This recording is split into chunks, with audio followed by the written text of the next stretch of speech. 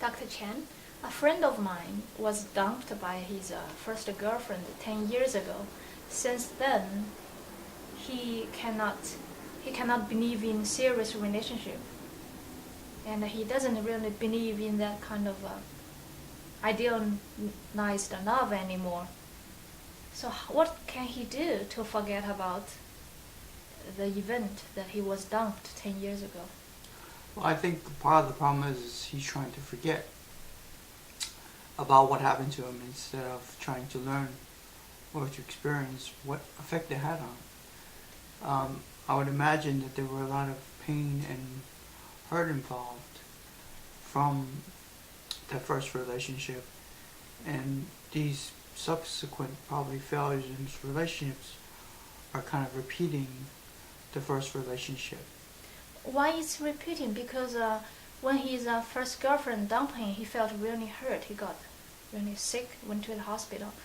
But since then, he didn't care that much about women anymore, and those women most of those women never dumped him. Why he is repeating the first relationship? So, Freud had this thing called repetition compulsion, meaning we tend to repeat the same things over and over in our lives in order to try to master them. So in this case, he was really hurt. So to deal with this, maybe this is all like, I guess on my part, but to deal with all those hurt feelings, he became angry instead, closed himself off from any kind of trust or relationship. So when women get close, instead of opening up the possibility of a loving relationship, he might have shut down, became angry, and just dumped them. I see. So even if that woman didn't do anything wrong, he would still be angry? Might be. What could happen is he could be reminded every time he gets closer involved with these new women that what the first woman did to him. So he may be confusing between his current relationship and his first relationship, because the first relationship hurt him so much. But that's something pretty big to be confused about. Yeah, well, part of this is unconscious. A lot of it.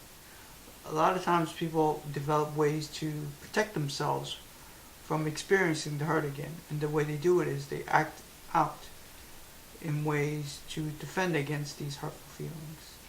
So in this case, he might have, instead of feeling the hurt and devastation from the first relationship and dealt with it, or talked about it, or cried perhaps, to prevent himself from feeling that pain again, he'll be more removed from the relationship, or once he begins to feel like he can love again, like I was saying before, in order to get away from that possibility of being hurt again, he'll just end the relationship instead.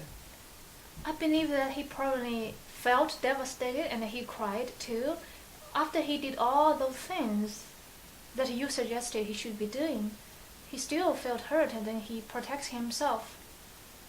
So seems like he has no choice but to protect himself. Well, after you realize what you're doing in the relationships with the new person, then the more you realize it, the more you have a choice on deciding what you want to do. If you just keep doing things without realizing, I think I was saying before, a lot of times people repeat the same relationships because they don't even realize what they're doing was a result of the first relationship. So if you can make that connection between the first time and these new relationships, then you can decide, do I want to take the chance of opening myself up again, or do I want to just cut it off and not be with this person again? Mm-hmm.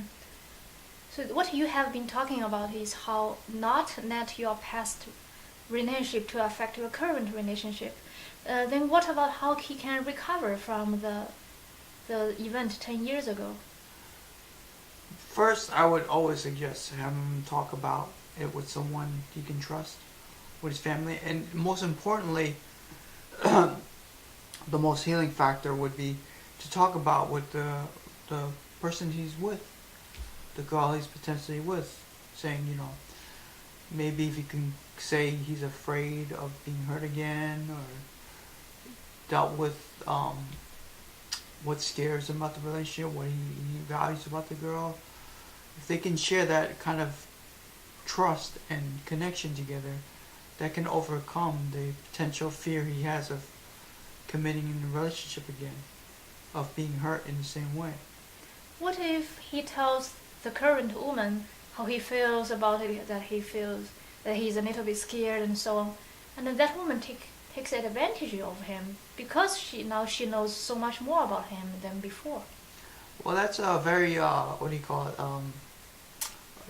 pessimistic view of relationships.